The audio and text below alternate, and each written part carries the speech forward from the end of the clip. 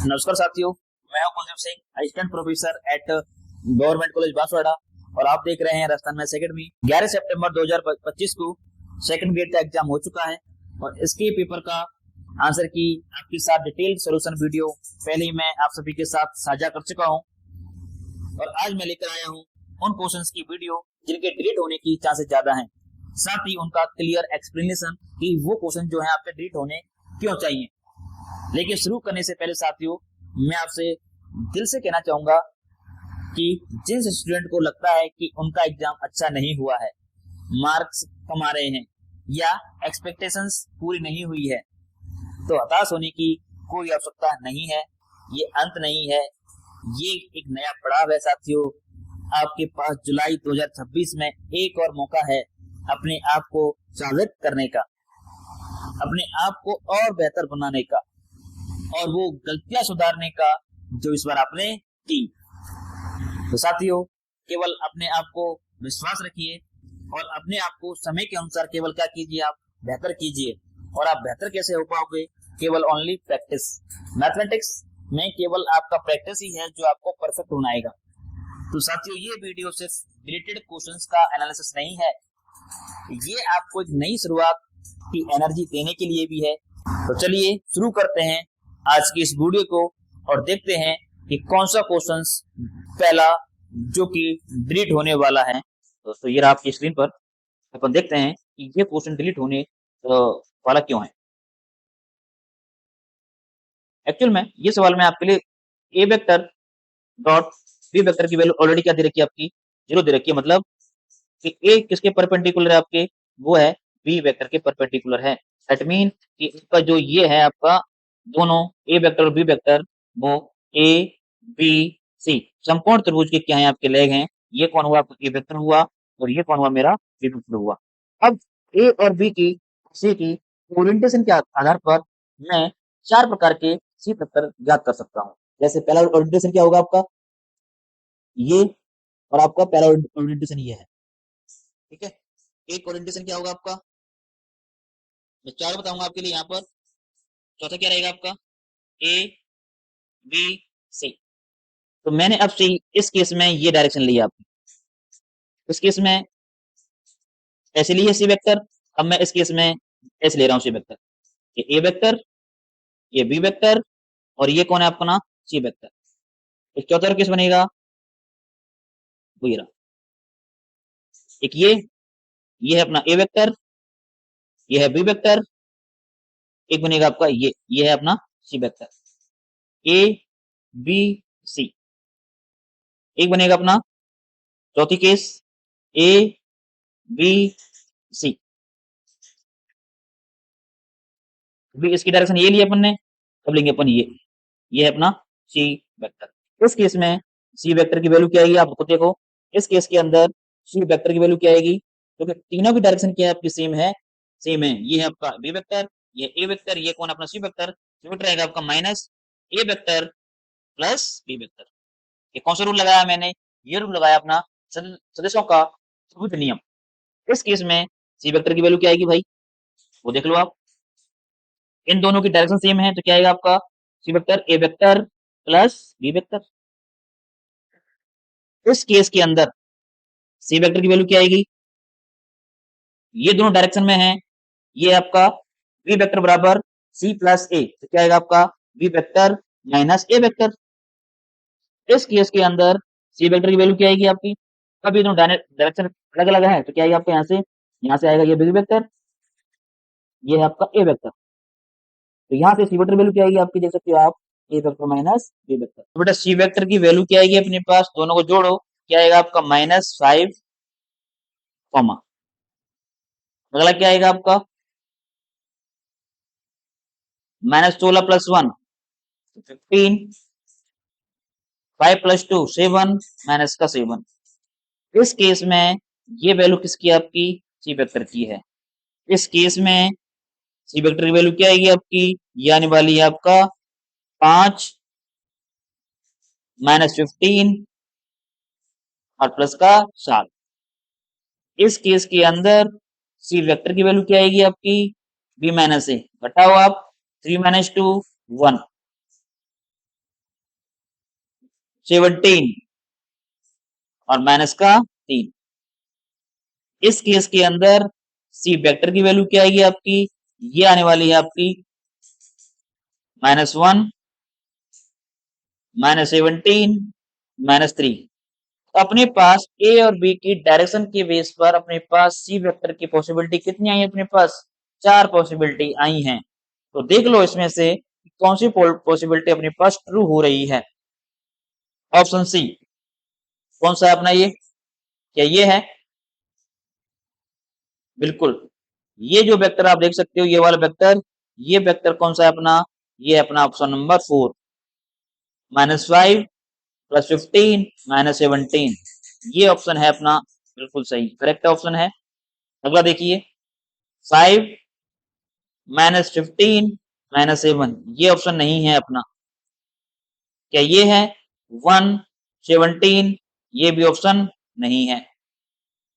क्या ये ऑप्शन है अपना -17, ये बिल्कुल ऑप्शन सही है, ये रहा ऑप्शन 2। तो अपने पास जो ये सी वेक्टर थे कितने आए आपके, 4 सी वेक्टर आए थे और ये चारों ही क्या है इसके आंसर हैं। लेकिन आपके जो क्वेश्चन दे रखा था उसमें ऑप्शन 2 भी सही है आपका और ऑप्शन क्या है आपका ऑप्शन 4 भी क्या है बेटा अपना सही है। तो इसीलिए ये क्वेश्चन क्या होना चाहिए आपका डिलीट होना चाहिए। ये इसका प्रूफ एक्सप्लेनेशन है कि ये क्वेश्चन आपका डिलीट क्यों होने वाला है। क्वेश्चन देखिए अपना सेकंड क्वेश्चन है बेटा अपना, मुझे पूछा गया था एक रैशनल नंबर दे रखी है अपने पास परमिशन की, उसका डेसिमल रिप्रेजेंटेशन नहीं हो सकता। आप जानते हो प्रॉपर्टी ऑफ रैशनल नंबर क्या होती है, मैं बोल देता हूँ आपके लिए। जो परमेय संख्या होती है वो आपकी टर्मिनेटिंग होती है। क्या होती है आपकी टर्मिनेटिंग, मतलब कैसी संख्या होती है आपकी, ये शांत होती है। एंड क्या होती है आपकी रिपीटिंग भी होती है। रिपीटिंग मतलब रिकरिंग भी होती है। शांत होती है संख्या और आवृत्ति होती है कौन सी परमेय संख्या। लेकिन क्या देखिए नॉन टर्मिनेटिंग दे रखा है, ऑब्वियस सी बात है ये कांस्टेंट के बारे में बात कर रहा है, वो बात कर रहा है परमेय संख्या के बारे में। और ये कौन है आपकी नॉन रिकरिंग, मतलब जो अपनी अपर में संख्या होती है वो एक नॉन टर्मिनेटिंग होती है और एक नॉन रिकरिंग भी होती है। तो ये ऑप्शन फर्स्ट क्या है बिल्कुल एकदम करेक्ट है। ऑप्शन फर्स्ट क्या है बेटा अपना बिल्कुल करेक्ट ऑप्शन है अपना। ऑप्शन फर्स्ट क्या है अपना बिल्कुल सही कि ये प्रॉपर्टी किसकी नहीं है, तुम्हें संख्या की नहीं है। अब ऑप्शन 2 देखिए, ऑप्शन 2 में बोला इसने टर्मिनेटिंग, बिल्कुल परमेय संख्या आपकी क्या होती है टर्मिनेटिंग होती है। लेकिन बोल क्या रहा है वो नॉन रिकरिंग भी बोल रहा है साथ में। क्या समझे, क्या समझे आप कि ये किस प्रॉपर्टी किसकी है आपकी, ये तो ये प्रॉपर्टी जो है आपकी किसकी है, आपकी अपरमेय संख्या की है भाई। और ये प्रॉपर्टी किसकी है आपकी परमेय संख्या की। ऐसा नहीं होगा, या तो परमेय संख्या शांत होगी या फिर रिपीटिंग होगी, टर्मिनेटिंग और नॉन रिकरिंग कभी नहीं होगी। तो ये भी ऑप्शन क्या है आपका सही है। ये क्या है बिल्कुल सही, परमेय संख्या आपकी क्या होती है एक टर्मिनेटिंग नंबर होती है। ये भी ऑप्शन सही है, ठीक है। ये प्रॉपर्टी किसकी है आपकी परमेय संख्या की है। तो अगला क्वेश्चन देखें भाई, अगला क्या है क्वेश्चन 4। नॉन टर्मिनेटिंग कौन होता है आपका परमेय संख्या होती है। रिकरिंग कौन होता है आपका परमेय संख्या होती है, बिल्कुल सही। ये प्रॉपर्टी तो आपकी किसकी है परमेय संख्या की है, लेकिन ये प्रॉपर्टी किसकी नहीं है आपकी परमेय संख्या की नहीं है। तो ये भी ऑप्शन सही है अपना। ये प्रॉपर्टी तीनों जो हैं किसकी नहीं है परमेय संख्या की नहीं है। किसकी प्रॉपर्टी है तीनों अपरमेय संख्या की हैं, ठीक है। अपरमेय संख्या आपकी कभी भी क्या नहीं होती आपकी टर्मिनेटिंग नहीं होती, ना ही क्या है नहीं होती आपकी रिकरिंग भी नहीं होती। केवल क्या होती है non terminating and non recurring क्या होती है आपकी अपरमेय संख्या होती है। तो ऑप्शन फर्स्ट भी सही था आपका ऑप्शन में, ऑप्शन 2 भी सही था और ऑप्शन 4 भी आपका एकदम सही है। इसीलिए क्वेश्चन 2 के भी डिलीट होने के चांस ज्यादा बढ़ जाते हैं। तो क्वेश्चन जो है 2 है आपके इनसे फ्रेम नहीं हुआ था। फ्रेम कैसे होना चाहिए था, परमेय संख्या का दशमलव प्रसार होता है या हो सकता है, तो क्या ऑप्शन करते हैं आप? Option number 3 is the correct. अगला क्वेश्चन देखिए तीसरा। ये भी एक क्वेश्चन बनाया था उनसे, लेकिन ये सवाल उनसे क्वेश्चन जो है उनसे भी अच्छे से फ्रेम नहीं हुआ था। क्यों मैं कह रहा हूँ वो आपको पता लग जाएगा ऐसा, क्योंकि हम जानते हैं जब हम मेरे पास दो साइकिल होते हैं, चाहे तो आप उन दोनों का मल्टीप्लाई राइट साइड से करो, चाहे लेफ्ट साइड से करो, दोनों बराबर हो भी सकते हैं और नहीं भी। ठीक है, हम जानते हैं कि F O G not equal to क्या होता है आपका, जी ओ एफ के होता है। अब इस क्वेश्चन के अंदर आपसे पूछा गया था कि एक्स का मान क्या होगा। ए क्या दे रखा था आपके लिए? ए दे रखा था 1 3। बी क्या दे रखा था आपके लिए? बी दे रखा था 1 3 2। तो क्या हो जाएगी इक्वेशन ये हो जाएगी 1 3 एक्स बराबर 1 3 2। अब ऑप्शन 1 के बारे में, 2 के बारे में और 3 और 4 के बारे में अपन डिस्कस करेंगे कि इनमें से what the value of x which satisfy the given equation. देखें अपन, यदि मैं ऑप्शन 1 को देखूं, ऑप्शन फर्स्ट, ऑप्शन फर्स्ट है क्या एक्स का मान, लेता हूं मैं एक्स बराबर लेता हूं 1 की इमेज 2 और 2 की इमेज 1। रखो आप वैल्यू, क्या आने वाला है 1 3, क्या आएगा 1 2। आपने ये राइट साइड लेफ्ट साइड से करो, पहले आप कौन सा अपनी लेफ्ट साइड से, क्या आएगा बी आना चाहिए। बी क्या है आपका 1 3 2 आता है क्या? आता है, तो एक्स की वैल्यू क्या हो जाएगी आपकी 1 2 हो जाएगी। हम पहले करेंगे लेफ्ट साइड से, फिर करेंगे अपन लेफ्ट साइड से। तो लेफ्ट साइड से क्या आएगा,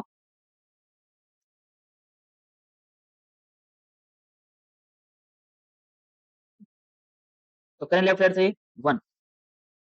इसके अंदर 1 की इमेज क्या आई 3, और सेकंड साइकिल में 3 की इमेज क्या है आपकी 3। फर्स्ट साइकिल में 3 की इमेज क्या है आपकी 1, सेकंड साइकिल में 1 की इमेज क्या होगी आपकी 2। जब मैंने मल्टीप्लाई किया, एक्स की वैल्यू 1 2 किया, तो वैल्यू क्या आएगी आपकी 1 3 2, और ये कौन है आपका बी। ठीक है, तो option first is the correct. अपन अब नहीं करेंगे मल्टीप्लाई फ्रॉम राइट साइड से, अपन मल्टीप्लाई नहीं करेंगे, क्योंकि मल्टीप्लाई करने पर v की वैल्यू आपके पास प्राप्त हो चुकी है, और v क्या है आपका 1 3 2। ऑप्शन फर्स्ट जो है मेरा एकदम सही है, option first is the correct. अब आगे देखिए ऑप्शन 2। ऑप्शन 2 के लिए क्या वैल्यू ले रहे हो आप? x इक्वल टू क्या आएगा, यहाँ से x की वैल्यू आएगी 2 3। ये साइकिल बना, वैल्यू रखो 1 3 2 3। अब मैं इसके लिए मल्टीप्लाई किससे कर रहा हूँ? लेफ्ट साइड से, इधर से, सॉरी राइट साइड से कर रहा हूँ, सॉरी करो। फर्स्ट साइकिल में राइट साइड से 1 की इमेज क्या है आपकी 1 इसमें, और 1 की इमेज क्या है आपकी 3। आगे राइट साइड से मल्टीप्लाई कर रहा हूँ, फर्स्ट साइकिल के अंदर 3 की इमेज क्या है आपकी 2, और फर्स्ट सेकंड साइकिल में 2 की इमेज क्या है आपकी 2। जब मैंने ऑप्शन 1 के लिए मल्टीप्लाई किया किसका 1 3 1 2 का, ऑप्शन बी के पास आ चुका है, ऑप्शन फर्स्ट भी सही है।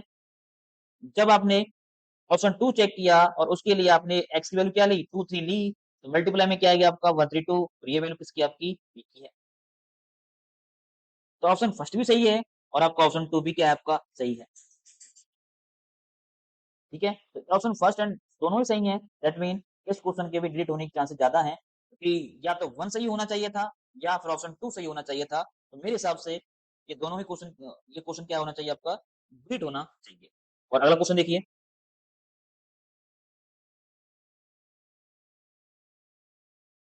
ये क्वेश्चन है आपका, इसकी जर्नल वैल्यू पूछी थी हमने कि इस क्वेश्चन में इसका जर्नल सॉल्यूशन क्या होगा। क्या होने वाला है आपको जर्नल सॉल्यूशन, वो देखें एक बार। इसको लिखूंगा मैं 1 - cos थीटा बराबर √2 - 1, ये क्या आएगा आपका साइन थीटा। थोड़ा सॉल्व करो, 2 cos² theta by 2 √2 - 1 2 sine theta by 2 cos theta by 2। तो यहाँ से tan थीटा बाई 2 की वैल्यू क्या आएगी, ये वैल्यू आएगी √2 - 1। तो थीटा बाई 2 इक्वल टू क्या आएगा, tan इनवर्स √2 माइनस 1। थीटा की वैल्यू क्या आएगी आपकी, ये वैल्यू आएगी n pi plus pi by 8।